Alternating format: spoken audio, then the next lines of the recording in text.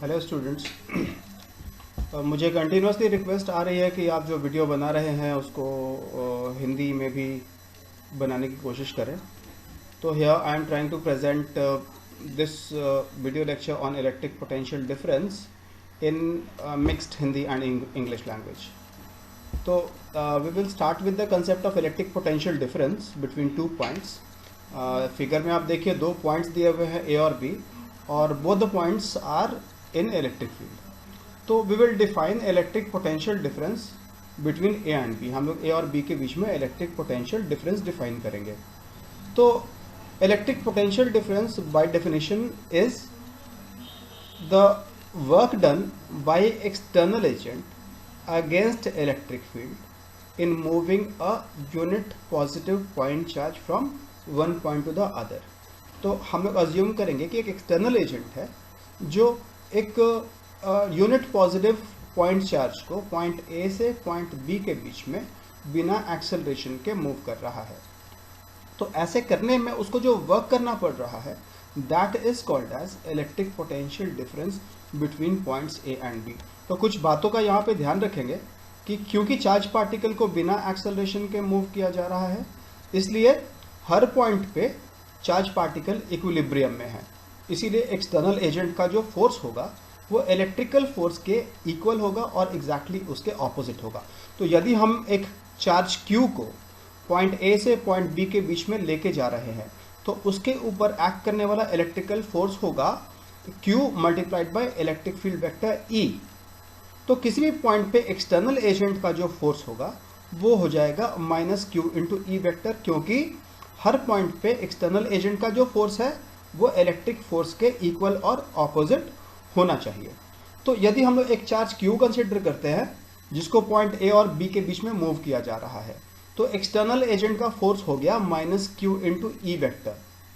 किसी भी पॉइंट पर, किसी भी आर्बिट्ररी पॉइंट पर यदि हम एक छोटा सा डिस्प्लेसमेंट वेक्टर कंसिडर करते हैं dl वेक्टर, जहां पे इलेक्ट्रिक फील्ड E वेक्टर है, तो वहां पर एक्सटर्नल एजेंट के द्वारा किया गया एलिमेंटल वर्क हो जाएगा minus Q into E vector dot dl vector. मतलब force exerted by electric field vector, force exerted by external agent dot dl vector. तो WAB means work done by external agent in moving charge Q from point A to point B will be given by integral between point A and point B of the elemental work। तो electric potential difference हम लोग define करेंगे as the ratio of work done by external agent divided by charge. तो अगर हम लोग electric potential difference के expression में वर्क का एक्सप्रेशन सब्सटीट्यूट कर देते हैं तो हम लोग देखेंगे कि electric potential difference between point A and B will be equal to minus integral A to B E vector dot DL vector. अब ये जो इंटीग्रल है A to B E vector dot DL vector, ये line integral of electric field है between point A and point B. इसका क्या मतलब हुआ? इसका मतलब हुआ कि electric potential difference between points A and B is nothing but negative of line integral of electric field between point A and point B. एक इंपॉर्टेंट बात जो आपको याद रखनी है वो ये है कि यदि दो पॉइंट्स के बीच इलेक्ट्रिक पोटेंशियल डिफरेंस निकाला तो क्या निकाला? तो इलेक्ट्रिक पोटेंशियल डिफरेंस का मीनिंग हो गया कि एक्सटर्नल एजेंट को एग्जैक्टली इतना वर्क करना पड़ेगा एक यूनिट पॉजिटिव चार्ज को एक पॉइंट से दूसरे पॉइंट के बीच में बिना एक्सेलरेशन के मूव करने में। तो यदि किसी दो पॉइंट्स के बीच का इलेक्ट्रिक पोटेंशियल डिफरेंस जिसका यूनिट अगेन वोल्ट होगा, it is the same as the unit of electric potential at a point.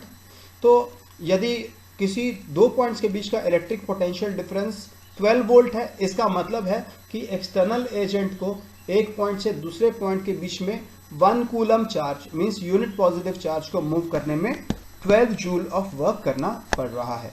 That is the physical meaning of electric potential difference between two points. यदि हम कोई दो points लेते हैं ए और B, तो पॉइंट ए और बी के बीच का जो पोटेंशियल डिफरेंस है वो होता है work done per unit charge in moving a positive point charge from one point to the other, that is from point A to point B. यदि थोड़ा सा मैथमेटिकल एनालिसिस कैरी आउट करें तो हम देखेंगे कि potential difference VAB between points A and B will be equal to VB minus VA, where VA and VB are respective electric potentials at point A and B respectively. यहाँ पर VA और VB A और B पर electric potentials के value हैं। अब अगर हम लोग ये सारे कंसेप्ट्स को, ये सारे रिजल्ट्स को कंबाइन करते हैं तो WAB work done by external agent in moving charge Q from point A to point B हो जाएगा WAB equal to Q multiplied by VB minus VA। ये एक बहुत इंपॉर्टेंट रिजल्ट है और इलेक्ट्रिक पोटेंशियल डिफरेंस के ऊपर बेस्ड एलिमेंट्री प्रॉब्लम्स को सॉल्व करने में बहुत यूजफुल है। ठीक है लर्नर्स, आगे हम लोग एग्जांपल्स के साथ प्रोसीड कर रहे हैं। सबसे पहले हम लोग superposition principle of electric potential apply करके किसी यूनिफॉर्मली चार्ज रिंग के कारण उसके एक्सियल पॉइंट पे इलेक्ट्रिक पोटेंशियल को निकालने की कोशिश करेंगे। इसके लिए हम लोग रिंग का एक छोटा सा एलिमेंट ले लेंगे जिसका चार्ज dq है और जिसका पॉइंट P से डिस्टेंस r है, स्मॉल r है। कैपिटल R सिंबल हम लोग रिंग के रेडियस के लिए यूज़ कर रहे हैं और रिंग के सेंटर से पॉइंट P के बीच का डिस्टेंस x है एंड P वो पॉइंट है जहाँ पे हमको रिंग के कारण इलेक्ट्रिक पोटेंशियल निकालना है। तो आइडिया ये है कि हम लोग एलिमेंट dq के कारण पॉइंट P पे इलेक्ट्रिक पोटेंशियल निकाल लेंगे और इस इलेक्ट्रिक पोटेंशियल के एक्सप्रेशन को डायरेक्टली इंटीग्रेट करके हम लोग रिंग के कारण टोटल इलेक्ट्रिक पोटेंशियल निकाल सकते हैं। तो सबसे पहले क्या करना पड़ेगा, हम लोग चार्ज dq के चलते पॉइंट P पे इलेक्ट्रिक पोटेंशियल dV निकालेंगे जिसका वैल्यू हो जाएगा dV equal to 1/4πε0 multiplied by dq by small r। यहाँ पे स्मॉल r का वैल्यू कितना होगा in terms of capital R and x using Pythagoras theorem, it will be equal to √r² plus x²। Next slide में हम लोग देखेंगे कि everything that we have discussed here is being dealt with mathematically. Now you can see dV मतलब electric potential at point P due to element dq is 1/4πε0 multiplied by dq by r, जहां पर r का value √r² plus x² हम लोगों ने substitute किया है। तो सुपरपोजिशन प्रिंसिपल अप्लाई करेंगे। टोटल पोटेंशियल निकालने के लिए हम लोग एलिमेंट के पोटेंशियल को इंटीग्रेट करेंगे। तो हम लोग देख रहे हैं कि dV के एक्सप्रेशन में dq को छोड़ के बाकी सारी क्वांटिटीज कॉन्स्टेंट्स हैं, वो सब बाहर आ गई। तो the only quantity within the integral that remains is dq और इंटीग्रल dq क्या हो जाएगा, it will be the total charge on the ring, क्योंकि हम लोग पूरे रिंग के कारण पॉइंट P पे इलेक्ट्रिक पोटेंशियल निकाल रहे हैं। इसीलिए electric potential due to ring will be equal to 1/4πε0 multiplied by capital Q by √r² plus x², where capital Q is the total charge carried by the ring. ठीक है aspirants, next हम लोग एक example consider करेंगे जिसको हम लोग directly अभी तक लर्नड कंसेप्ट्स के बेसिस पे सॉल्व करने की कोशिश करेंगे। So the problem is 12 joule of work has to be done against electric field to carry a charge of 0.01 coulomb from point A to point B। Find potential difference VA minus VB। So the question says कि एक 0.01 coulomb के charge को point A से B के बीच में move करने में external agent को इलेक्ट्रिक फील्ड के अगेंस्ट 12 जूल ऑफ वर्क करना पड़ता है। That means WAB is equal to 12 joule. यहाँ पे हम लोग सिंबल W यूज करेंगे, we will not use the symbol WAB, but WAB और W is equal to 12 joule और जिस चार्ज को मूव कर रहे हैं उसका वैल्यू 0.01 कूलम है। Let us proceed with the solution. So as we know, work done by external agent is equal to charge Q multiplied by potential difference between points A and B which is VB minus VA। तो यहाँ पर VB minus VA का value हो जाएगा W by Q। W और Q का value substitute करेंगे तो we get the result as 1200 volt। So that is the value of VB minus VA। तो VA minus VB का वैल्यू निकालना है, so it will be equal to minus 1200 volt and this is the final solution to this question। Next learners, हम लोग क्या करेंगे, हम लोग एक यूनिफॉर्मली चार्ज सर्कुलर डिस्क के कारण पॉइंट P जो कि उसके एक्सिस पे लाई करता है उस पर इलेक्ट्रिक पोटेंशियल निकालने की कोशिश करेंगे। हम लोग अज्यूम करेंगे कि डिस्क का रेडियस कैपिटल R है। तो अगेन यहाँ पर इलेक्ट्रिक पोटेंशियल निकालने के लिए हम लोग सुपरपोजिशन प्रिंसिपल यूज करेंगे और इसके लिए हम लोग डिस्क को एलिमेंटल कंसेंट्रिक रिंग्स में डिवाइड करेंगे। तो हम लोग कोई भी एक रिंग कंसिडर करते हैं जिसका रेडियस y है और जिसका थिकनेस dy है। तो suppose that surface charge density of the disc is sigma coulomb per metre square.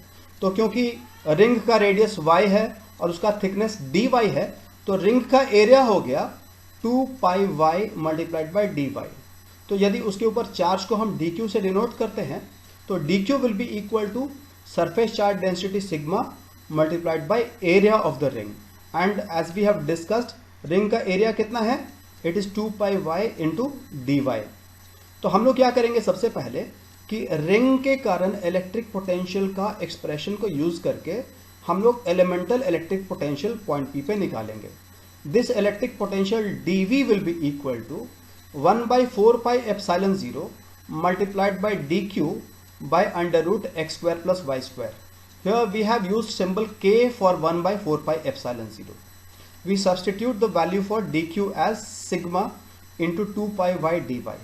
Now integrating this expression for dv within suitable limits, we get v equal to sigma by 2 epsilon 0 within brackets under root x square plus r square minus x.